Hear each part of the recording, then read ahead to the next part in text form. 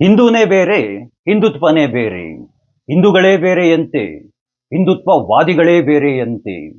ಇದು ಯಾವ ರೀತಿಯಾಗಿದೆ ಅಂದ್ರೆ, ನಾನು ಸಿದ್ದರಾಮಯ್ಯನವರ ಮಗ ಅಲ್ಲ, ಸಿದ್ದರಾಮಯ್ಯನವರ ಮಗ ನಾನು ಅಂತ ಯತೀಂದ್ರ ಸಿದ್ದರಾಮಯ್ಯನವರು ಹೇಳಿದಂತಿದೆ. ನಮ್ಮ ಪ್ರಕಾರವಾಗಿ ಯತೀಂದ್ರ ಸಿದ್ದರಾಮಯ್ಯನವರು ಸಹ ಕುರುಬ್ರೇ ಅಲ್ಲ. ಯತೀಂದ್ರ ಸಿದ್ದರಾಮಯ್ಯನವರು ಹೇಗ್ರಿ ಕುರುಬ್ರಾಗ್ತಾರೆ? ಕುರುಬ್ರು ಅಂತ ಕರ್ಸ್ಕೊಳ್ಳೋದಕ್ಕೆ ಯಾವತ್ತಾರು ಯತೀಂದ್ರ ಸಿದ್ದರಾಮಯ್ಯನವರು ಕುರಿ ಕಾಯ್ದಿದಾರ? ಇಲ್ಲ ತಾನೆ. ಇಲ್ಲ ಅಂದಮೇಲೆ ಅದು ಹೇಗೆ ಕುರುಬ್ರು ಅಂತ ಕರೆಸ್ಕೊಳ್ತಾರೆ? ಯತೀಂದ್ರ ಸಿದ್ದರಾಮಯ್ಯನವರು ಹಿಂದುಳಿದ ವರ್ಗದವರು ಅಲ್ವೇ ಅಲ್ಲ. ಹೇಗೆ ಯತೀಂದ್ರ ಸಿದ್ದರಾಮಯ್ಯನವರನ್ನ ಹಿಂದುಳಿದ ವರ್ಗದವರು ಅಂತ ಗುರುತಿಸೋದಕ್ಕೆ ಸಾಧ್ಯವಾಗುತ್ತೆ? ಏನು ಯತೀಂದ್ರ ಸಿದ್ದರಾಮಯ್ಯನವರು ರಾಜಕೀಯವಾಗಿ, ಶೈಕ್ಷಣಿಕವಾಗಿ, ಆರ್ಥಿಕವಾಗಿ, ಸಾಮಾಜಿಕವಾಗಿ ಹಿಂದೆ ಉಳಿದಿದ್ದಾರ ಹಿಂದುಳಿದ ವರ್ಗದವರು ಅಂತ ಕರೆಯೋದಕ್ಕೆ? ಇಲ್ಲ ತಾನೆ. ಇಲ್ಲ ಅಂತಂದ್ಮೇಲೆ ಹೇಗೆ ಹಿಂದುಳಿದ ವರ್ಗದವರಾಗ್ತಾರೆ? ಯತೀಂದ್ರ ಸಿದ್ದರಾಮಯ್ಯನವರಾಗಿರ್ಬೋದು, ಇವರ ತಂದೆಯವರಾಗಿರ್ಬೋದು, ಇವರೆಲ್ಲ ಹಿಂದುಳಿದ ವರ್ಗ ಅಂತ ಕೇವಲ ರಾಜಕೀಯಕ್ಕೆ ಮಾತ್ರ ಬಳಕೆಯನ್ನ ಮಾಡ್ಕೊಳ್ತಾ ಬಂದ್ಬಿಟ್ರು.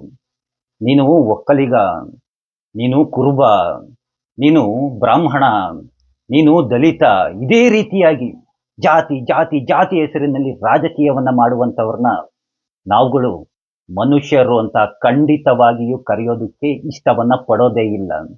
ಮಾನ್ಯ ಯತೀಂದ್ರ ಸಿದ್ದರಾಮಯ್ಯನವರೇ, ನಿಮ್ಮ ಪ್ರಕಾರವಾಗಿ ಹಿಂದೂಗಳು ಅಂದ್ರೆ ಯಾರು?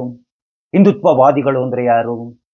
ಕಲ್ಲಲ್ಲಿ ಹೊಡೆದ್ರೂ, ಬೆಂಕಿ ಹಚ್ಚಿದ್ರು, ಕಲ್ಲಲ್ಲಿ ಒಡೆಸ್ಕೊಳ್ಳೋನು, ಬೆಂಕಿ ಹಚ್ಚಿಸ್ಕೊಳ್ಳೋನು ಹಿಂದೂ. ನೀನು ಹೆಂಗೋ ಹೊಡೆದೆ, ಹೆಂಗೋ ಕಲ್ಲಲ್ಲಿ ಹೊಡೆದೆ, ಹೆಂಗೋ ಬೆಂಕಿ ಹಚ್ಚಿದೆ ಅಂತ ತಿರುಗಿ ಬೀಳೋಂಥವನು ಹಿಂದುತ್ವವಾದಿ ಅಲ್ವಾ ನಿಮ್ಮ ಪ್ರಕಾರವಾಗಿ? ಒಂದು ಕಾಲೇಜ್ ಕ್ಯಾಂಪಸ್ನಲ್ಲಿ ಒಂದು ಹುಡುಗಿಗೆ ಚಾಕು ತಗೊಂಡು ಚುಚ್ಚಿಬಿಡ್ತಾರೆ. ಚಾಕು ತಗೊಂಡು ಚುಚ್ಚಿದ್ರು ಅದನ್ನ ನೋಡ್ಕೊಂಡು ನಿಂತ್ಕೊಳ್ಳೋಂಥವನು ಹಿಂದೂ. ನೀನು ಹೆಂಗೋ ಚುಚ್ಚಿದೆ, ನಮ್ಮ ಹುಡುಗಿಗೆ ನೀನು ಹೆಂಗೋ ಚಾಕಲ್ ಚುಚ್ಚಿದೆ ಅಂತ ಪ್ರತಿಭಟನೆಯನ್ನ ಮಾಡಿ ನ್ಯಾಯವನ್ನ ಕೇಳುವಂಥವನು ಹಿಂದುತ್ವವಾದಿ. ಒಂದು ಹೆಣ್ಣು ಮಗುವಿಗೆ ಅತ್ಯಾಚಾರವಾಗುತ್ತೆ.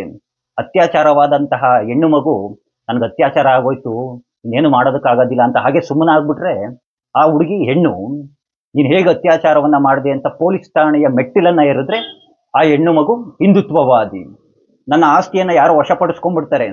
ನನ್ನ ಆಸ್ತಿಯನ್ನ ವಶಪಡಿಸಿಕೊಂಡ ನಂತರವೂ ನನ್ನ ಆಸ್ತಿ ತಾನೇ ಹೋದ್ರೋಯ್ತು ಅಂತ ಅಂದ್ಬಿಟ್ಟು ಶಾಂತಿ ಶಾಂತಿ ಅನ್ಕೊಂಡು ನಾನು ಸುಮ್ಮನಿದ್ಬಿಟ್ರೆ ನಾನು ಹಿಂದೂ. ನೀನು ಹೆಂಗೋ ನನ್ನ ಆಸ್ತಿನ ವಶಪಡಿಸ್ಕೊಂಡೆ, ನನ್ನ ಆಸ್ತಿ ಕೊಣೋದು ನನ್ನ ಹಕ್ಕು ಕೊಣೋ ಅಂತ ನ್ಯಾಯಾಲಯದ ಮೆಟ್ಟಿಲನ್ನ ಏರಿ ನ್ಯಾಯವನ್ನ ಕೇಳಿದ್ರೆ ನಾನು ಒಬ್ಬ ಹಿಂದುತ್ವವಾದಿ ಅಲ್ವೇ? ಮಾನ್ಯ ಯತೀಂದ್ರ ಸಿದ್ದರಾಮಯ್ಯನವರೇ, ಯತೀಂದ್ರ ಸಿದ್ದರಾಮಯ್ಯನವರೇ, ನೀವಾಗಿರ್ಬೋದು, ನಿಮ್ಮ ತಂದೆಯವರಾಗಿರ್ಬೋದು, ನಿಮ್ಮ ಕಾಂಗ್ರೆಸ್ ಪಕ್ಷವಾಗಿರ್ಬೋದು, ನಿಮ್ಮ ಹಿಂಡಿ ಒಕ್ಕೂಟವಾಗಿರ್ಬೋದು, ನೀವುಗಳೆಲ್ಲ ಅದೆಂತಹ ಹಿಂದೂ ವಿರೋಧಿಗಳು ಅಂತ ರಾಜ್ಯದ ಜನತೆ, ದೇಶದ ಜನತೆ ತುಂಬಾ ತುಂಬಾ ಚೆನ್ನಾಗಿನೇ ನೋಡ್ಬಿಟ್ಟಿದ್ದಾರೆ. ನೀವುಗಳೆಲ್ಲ ಅಯೋಧ್ಯೆ ರಾಮ ಮಂದಿರದ ವಿಚಾರದಲ್ಲಿ, ರಾಮ ಮಂದಿರದ ಉದ್ಘಾಟನೆಯ ವಿಚಾರದಲ್ಲೇನೆ ಯಾವ ಯಾವ ರೀತಿಯಾದಂತಹ ನಾಟಕಗಳನ್ನೆಲ್ಲ ಆಡಿದ್ರಿ ಅಂತ ಎಲ್ರೂ ತುಂಬಾ ತುಂಬಾ ಚೆನ್ನಾಗೇನೆ ನೋಡಿದರೆ ನೀವೆಂತಹ ಹಿಂದೂ ವಿರೋಧಿಗಳು ಅಂತ. ರಾಜ್ಯದ ಜನತೆ ನಿಮ್ಗೆ ಅಧಿಕಾರವನ್ನ ಕೈಗೆ ನೀಡಿರುವುದು ಆಡಳಿತವನ್ನ ನಡೆಸಲಿ ಅಂತ. ನೀವುಗಳೇನ್ ಮಾಡ್ತಿದ್ದೀರಾ? ಅಧಿಕಾರ ಕೈಗೆ ಸಿಕ್ಕಿದೆ ಅಂತ ಅಂದ್ಬಿಟ್ಟು ಆಡಳಿತವನ್ನ ನಡೆಸೋದನ್ನ ಬಿಟ್ಟು ಹಿಂದೂ ಧರ್ಮದ ಮೇಲೆ, ಬಹುಸಂಖ್ಯಾತರ ಮೇಲೇನೆ ದಬ್ಬಾಳಿಕೆಯನ್ನ ಮಾಡ್ತಾ ಇದ್ದೀರಾ, ಸವಾರಿಯನ್ನ ಮಾಡ್ತಾ ಇದ್ದೀರಾ. ಬಹುಸಂಖ್ಯಾತರ ಮೇಲೆ ಸವಾರಿಯನ್ನ ಮಾಡಿಕೊಂಡು ಜಾತಿ ಜಾತಿಗಳ ನಡುವೆ ಕುಂಟೆಬಿಲ್ಲೆ ಆಟವನ್ನ ಆಡ್ಕೊಂಡು ರಾಜಕೀಯವನ್ನ ನಡೆಸ್ತಾ ಇದ್ದೀರಾ. ಕಷ್ಟಪಟ್ಟು ರಾಜಕಾರಣವನ್ನ ಮಾಡಿ ಮೇಲ್ ಬಂದಿದ್ರೆ ಗೊತ್ತಾಗ್ತಾ ಇತ್ತು, ಅರ್ಥವಾಗ್ತಾ ಇತ್ತು. ಜನಮತದಿಂದ ಬರ್ಲಿಲ್ವಲ್ಲ, ಹಾಗಾಗಿ ನಿಮ್ಗೆ ಇವೆಲ್ಲ ಎಲ್ಲಿಂದ ಅರ್ಥ ಆಗಬೇಕು ಹೇಳಿ? ಪ್ರಿಯಾಂಕಾ ಖರ್ಗೆ ಅವರಾಗಿರ್ಬೋದು, ಅವರ ತಂದೆಯವರಾಗಿರ್ಬೋದು, ಯಾವಾಗ್ಲೂ ಪ್ರತಿದಿನ ಬೆಳಗ್ಗೆ ಎದ್ದು R S S R S S R S S R S S ಅಂತಾನೆ ಇರ್ತಾರೆ. ಈಗ ನೀವು ನಿಮ್ಮ ತಂದೆಯವರ ರೀತಿಯಾಗಿ ಪ್ರಾರಂಭವನ್ನು ಮಾಡ್ಕೊಂಡಿದ್ದೀರಾ. ನಿಮ್ಮ ತಂದೆಯವರು ಇದೇ ರೀತಿಯಾಗೇನೆ ಹಿಂದೂ ಬೇರೆ, ಹಿಂದುತ್ವ ಬೇರೆ, ಹಿಂದುತ್ವವಾದಿಗಳನ್ನ ವಿರೋಧವನ್ನ ಮಾಡಬೇಕು ಅಂತ ಯಾವಾಗ್ಲೂ ವೇದಿಕೆಯ ಮೇಲೆ ಹೇಳಿಕೆಯನ್ನ ನೀಡ್ತಾನೆ ಇರೋರು. ಈಗ ನೀವು ನಿಮ್ಮ ತಂದೆಯವರ ರೀತಿಯಾಗಿ ಹೇಳಿಕೆಗಳನ್ನ ನೀಡೋದಕ್ಕೆ ಪ್ರಾರಂಭವನ್ನ ಮಾಡ್ಬಿಟ್ಟಿದ್ದೀರಾ. ಏನಿವೆಲ್ಲ ಈ ರೀತಿಯಾದಂತಹ ಹೇಳಿಕೆಗಳು ರಾಜಕಾರಣದಲ್ಲಿ ವಂಶ ಪರಂಪರೆಯಾಗಿ ಬಂದ್ಬಿಡ್ತಾವ ನಿಮ್ಗಳಿಗೆಲ್ಲ ಏನು ಅಂತ? ಎಲ್ಲ ಒಂದೇ ರೀತಿಯಾಗಿ ಹೇಳಿಕೆಗಳು. ಪ್ರಿಯಾಂಕಾ ಖರ್ಗೆ ಅವರ ತಂದೆ ಯಾವ ರೀತಿಯ ಹೇಳಿಕೆಗಳನ್ನ ನೀಡ್ತಾರೋ ಅದೇ ರೀತಿಯಾಗಿ ಇದು ಪ್ರಿಯಾಂಕಾ ಖರ್ಗೆ ಅವರು ಹೇಳ್ತಾರೆ, ಮಲ್ಲಿಕಾರ್ಜುನ ಖರ್ಗೆ ಅವರು ಹೇಳೋ ರೀತಿಯಾಗಿ. ಸಿದ್ದರಾಮಯ್ಯನವರು ಯಾವ ರೀತಿಯಾಗಿ ಹೇಳಿಕೆಗಳನ್ನ ನೀಡ್ತಾ ಇದ್ರು, ಈಗ ಅದೇ ರೀತಿಯಾದಂತಹ ಹೇಳಿಕೆಗಳನ್ನ ನೀವು ಹೇಳೋದಕ್ಕೆ ಪ್ರಾರಂಭವನ್ನ ಮಾಡ್ಬಿಟ್ಟಿದ್ದೀರಾ. ಅಲ್ಲ ಸ್ವಾಮಿ, ಆರ್ ಎಸ್ ಎಸ್ ನವರು ಏನು ಮಧ್ಯ ಪ್ರಾಂತ್ಯದಿಂದ ಏನು ತಿನ್ನೋದಕ್ಕೆ ಅನ್ನ ಇಲ್ದಲೆ ಓಡ್ ಬಂದಿದಾರ? ಕದ್ದು ಮುಚ್ಚೆನಾರು ಓಡ್ ಬಂದಿದಾರ? ಅಥವಾ ಆರ್ ಎಸ್ ಎಸ್ ಸಂಘಟನೆ ಏನು ಭಯೋತ್ಪಾದನಾ ಸಂಘಟನೆನಾ? ಇಲ್ವಲ್ಲ.